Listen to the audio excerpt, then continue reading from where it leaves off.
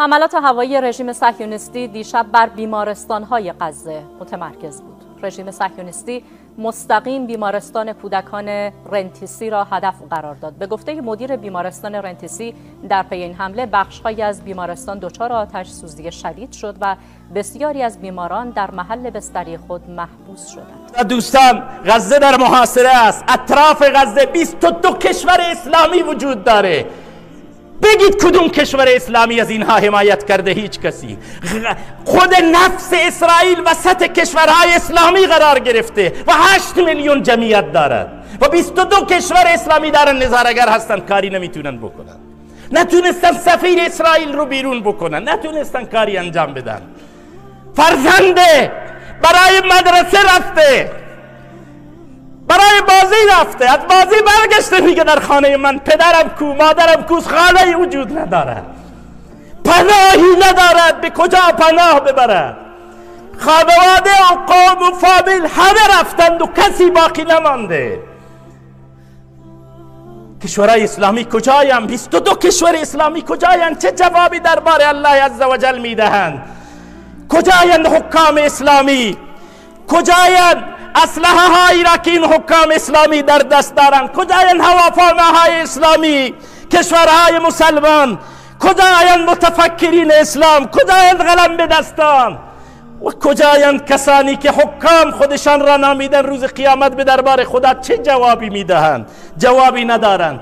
اونها خواهر دارند، خواهر شما، اونها مادر دارند، مادر شما، اونها فرزند دارن، فرزندان شما، اونها پدر دارن، پدران شمایند. کجایید حافظ قرآن های ارتش های اسلامی که قرآن را به رخ دنیا می کشیدید؟ کجایید شما؟ کجایید حاکم اسلامی که می گفت من ناراحت میشم از این که پای مسلمانی خاری برود؟ کجا هست صلاح الدین؟ صلاح الدین از خواب بیدار شو که دیگه مسلمانی وجود ندارد. عمر از خواب بیدار شو که دیگه عمری وجود ندارد. و رسول الله تو به داد ما برس که دیگه کسی وجود ندارد که به داد امت تو برسد. دعا بکنید این روزها و این شبها، دعا کنید. بار اله از تو میخواهیم که بر مردم مستضعف غزه رحم بفرما. دعا را بکنید و آمین بکنید. بار اله بر مردم غزه رحم بفرما. خدایا، خدایا، ربا پرچم اسرائیل بر غزه برافراشته نشود انشاءالله العزیز. خدایا روی سیاه و روز سیاه را بر اسرائیل ببینیم و بیاور الله عزوجل. خداوند از تو نصرت میخواهیم، ما را در مقابل قدرت های منطقه خدایا نصرت بده. خداوندا از تو عزت میخواهیم و عزت تو خدای عزوجل این هست که مردم غزه را دریاب و خدایا خودت به میدان بیا.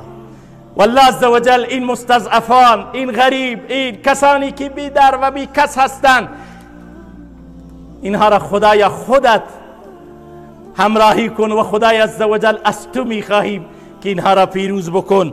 از این که صحبت شد، این وظیفه‌ای بود که بنده خدمت شما و احساساتی بود که